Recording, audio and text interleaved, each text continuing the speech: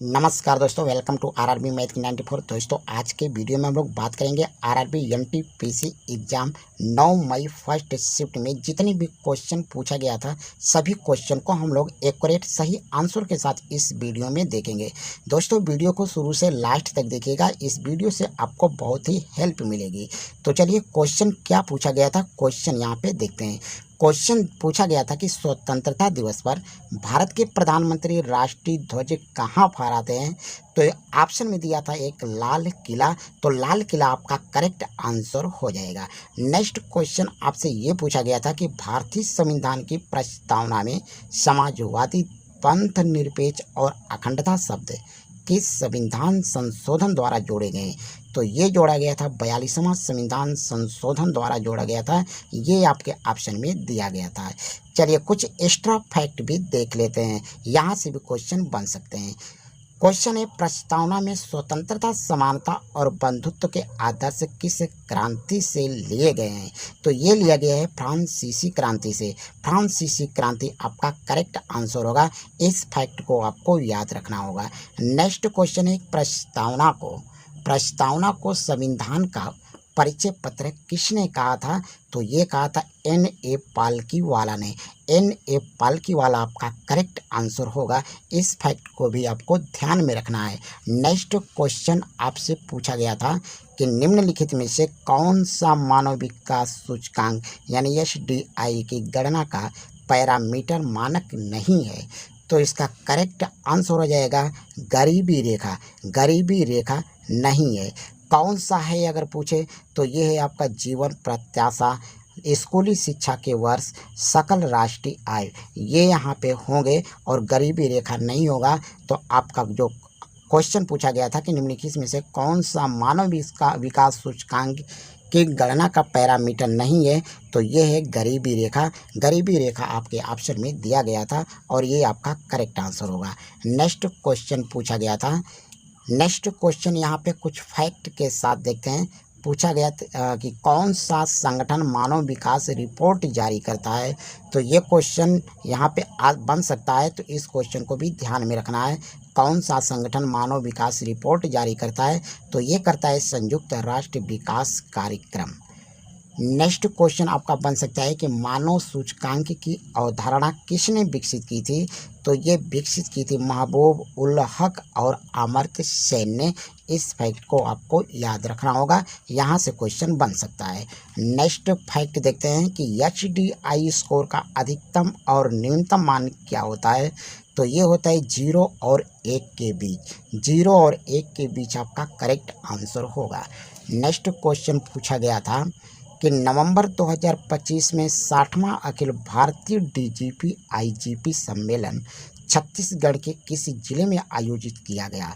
तो ये किया गया था रायपुर में। रायपुर आपका करेक्ट आंसर होगा, रायपुर। नेक्स्ट क्वेश्चन पूछा गया था कि अप्रैल 2025 में चीन के मकाओ में आयोजित इंटरनेशनल कॉमेडी फेस्टिवल में किस बॉलीवुड अभिनेता को मास्टर ऑफ ह्यूमर अवार्ड से सम्मानित किया गया। तो ये किया गया था आपका आमिर खान को। आमिर खान आपका करेक्ट आंसर हो जाएगा, ये आपके ऑप्शन में दिया गया था। नेक्स्ट क्वेश्चन देखते हैं। नेक्स्ट क्वेश्चन क्या पूछा गया था। तो नेक्स्ट क्वेश्चन पूछा गया था कि भारत में किस प्रकार की वनस्पति का विस्तार सबसे बड़े क्षेत्र पर पाया जाता है। तो इसका करेक्ट आंसर हो जाएगा उष्णकटिबंधीय पर्णपाती वन। उष्णकटिबंधीय पर्णपाती वन आपका करेक्ट आंसर होगा। तो नेक्स्ट क्वेश्चन आपका ये भी बन सकता है कि भारत के उष्णकटिबंधीय पर्वतीय वनों में कौन सी वृक्ष प्रजाति सबसे प्रमुख है। तो इसका करेक्ट आंसर हो जाएगा सागौन। तो इस फैक्ट को आपको याद रखना होगा। आगे शिफ्ट में आपका उष्णकटिबंधीय से सवाल पूछ सकता है।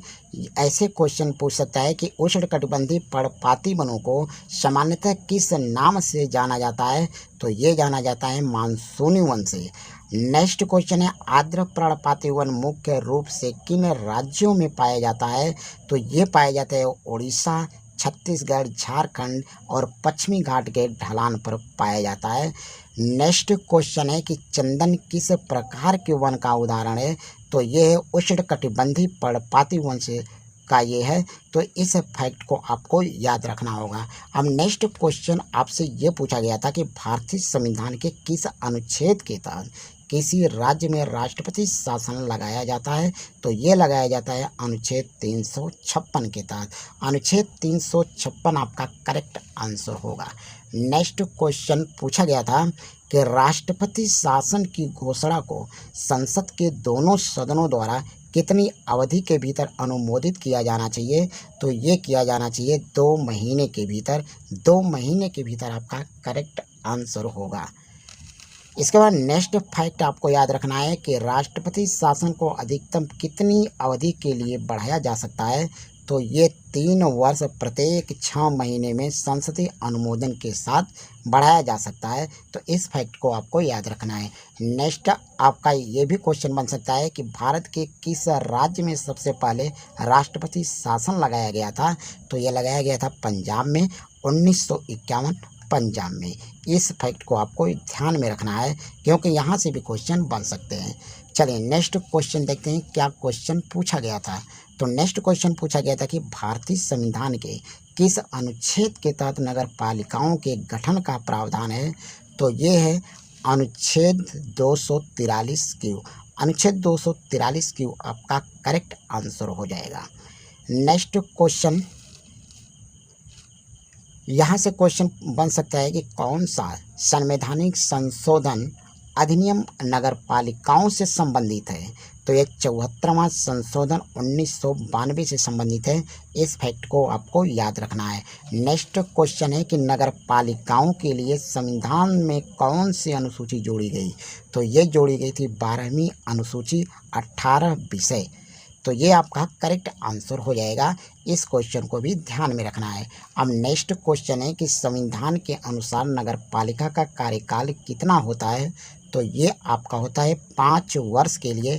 5 वर्ष आपका करेक्ट आंसर हो जाएगा। नेक्स्ट क्वेश्चन है कि नगर पालिकाओं में SC ST और महिलाओं के लिए सीटों के आरक्षण का उल्लेख किस अनुच्छेद में है, तो ये है अनुच्छेद 243T में है। 243T आपका करेक्ट आंसर हो जाएगा। तो ये थे दोस्तों आज के हमारे इतने क्वेश्चन मिले थे। बताइए वीडियो कैसा लगा। अगर वीडियो अच्छा लगा तो हमारे कमेंट बॉक्स में जाकर के एक प्यारा सा कमेंट कर दीजिए। ठीक है, धन्यवाद।